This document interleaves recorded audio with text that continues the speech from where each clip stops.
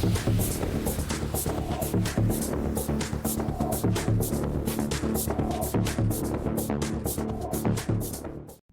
to the GAMERamble video review for Spirits of Xanadu, narrated by me, DarkCloud.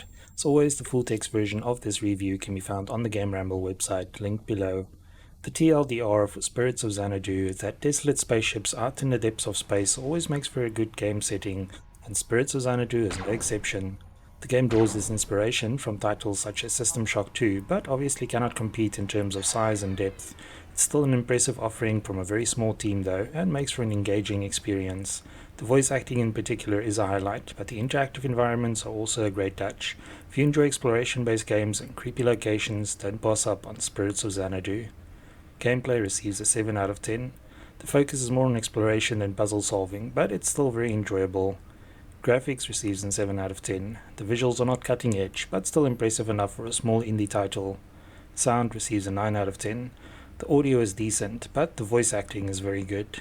The overall score for Spirits of Xanadu is 7.7 out of 10. And now for the full review.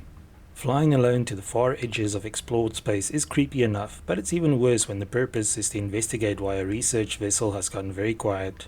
Since the research vessel in question, the Xanadu, is in orbit around a mysterious planet, you'd have to be incredibly brave or stupid to take the job. In this game, you step into the shoes of this lone operator, tasked with finding out what befell the crew of the research vessel, and then bringing it back to Earth, if possible.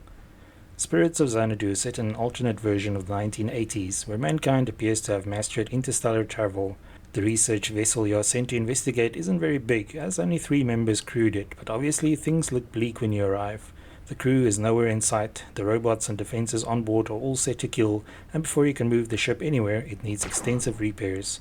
You have the freedom to go anywhere though, and along the way you uncover what happened by reading notes and emails or listening to the audio logs scattered everywhere.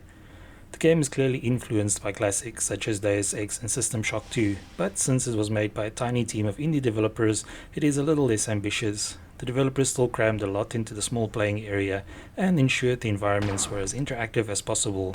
The game is viewed from a first-person perspective, and although it features 3 different weapons, we wouldn't really classify it as a shooter.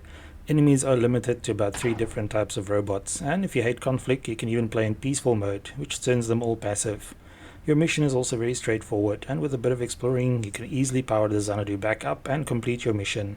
However, if this is all you do, you'll miss out on a big chunk of what makes the game unique. Spirits of Xanadu features 3 different endings, and obtaining all of them will require you to scour every nook and cranny of the ship. The game uses a simple visual style, so don't expect photorealistic textures. However, the look fits nicely with the alternate timeline featured in the game. Options-wise, you can enable FXAA and SSAO, as well as depth of field and bloom. The shadow quality can also be adjusted, and you can toggle effects such as motion blur, bloom, and film grain. The result is pretty good considering the number of people who worked on the game, and thanks to the great atmosphere, it is immersive. After docking your smaller vessel with the Xanadu, you start the game in the shuttle bay. From there you can explore areas such as the engine room, engineering section, medical bay, laboratory, offices, bridge, crew quarters, and more.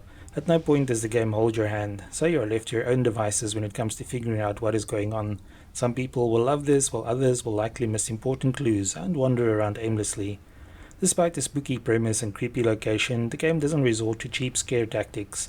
The robotic enemies in the game can surprise you if you stumble into them, especially the suicidal ones, but you won't encounter scripted jump scares. Your character can get hurt, but recovers without the need for health packs.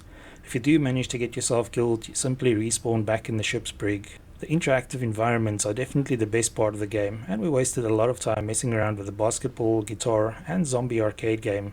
In addition, drawers can be opened and closed, toilets flushed, food eaten, drinks consumed, and you can even smoke so much that your character passes out from it.